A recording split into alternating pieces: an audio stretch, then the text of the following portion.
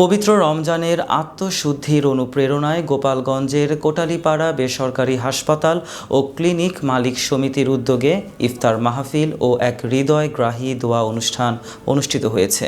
রবিবার মুনা জেনারেল হাসপাতাল সংলগ্ন মাঠ প্রাঙ্গণে আয়োজিত এ পবিত্র অনুষ্ঠানে উপজেলা সমাজ সেবা কর্মকর্তা রাকিবুল হাসান শুভ, কোটালীপাড়া থানার অফিসার ইনচার্জ মোহাম্মদ আবুল কালাম আজাদ, উপজেলা স্বাস্থ্য ও পরিকল্পনা কর্মকর্তা ডাক্তার কুমার মৃদুল দাস, আবাসিক মেডিকেল অফিসার ডাক্তার এম ফারুক হোসাইন, কনসালটেন্ট ডাক্তার অরূপ রতন বারুই, কোটালীপাড়া বেসরকারি হাসপাতাল অ্যান্ড ক্লিনিক মালিক সমিতির সভাপতি বুলবুল আলম ফিরোজ, সাধারণ সম্পাদক গৌরাঙ্গ লাল দাস, সহসভাপতি মিজানুর রহমান, যুগ্ম সাধারণ সম্পাদক নাসির উদ্দিন দারিয়া সহ ক্লিনিক মালিক সমিতির মালিক, কর্মকর্তা কর্মচারীবৃন্দ উপস্থিত ছিলেন।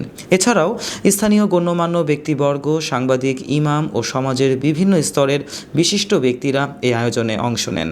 ইফতারের পূর্বে মাহে রমজানের ফজিলত, আত্মসংযম, তাকওয়া অর্জন এবং দান সৎকার গুরুত্ব নিয়ে বিশেষ আলোচনা অনুষ্ঠিত হয়। আলোচনায় বক্তারা বলেন, রমজান শুধু উপবাসের মাস নয়, এটি আত্মশুদ্ধি, সহমর্মিতা ও আল্লাহর সন্তুষ্টি অর্জনের এক অনন্য সুযোগ। এই মাসে প্রতিটি নেক আমলের সওয়াব বহুগুণ বৃদ্ধি করা হয়। তাই আমাদের উচিত বেশি করে ইবাদত করা, অসহায়দের সহায়তা করা ও সংযমের চর্চা করা। পরে দেশ ও জাতির শান্তি, কল্যাণ ও সমৃদ্ধি কামনায় বিশেষ মোনাজাত করা হয়। উপস্থিত সকলে মহান রবের দরবারে প্রার্থনা করেন যেন তিনি এ রমজানের বরকতে সকলের গুনাহ মাফ করেন, রহমত ও মাগফিরাত দান করেন এবং সমাজে শান্তি, সম্প্রীতি ও সৌহার্দ্য প্রতিষ্ঠা করেন।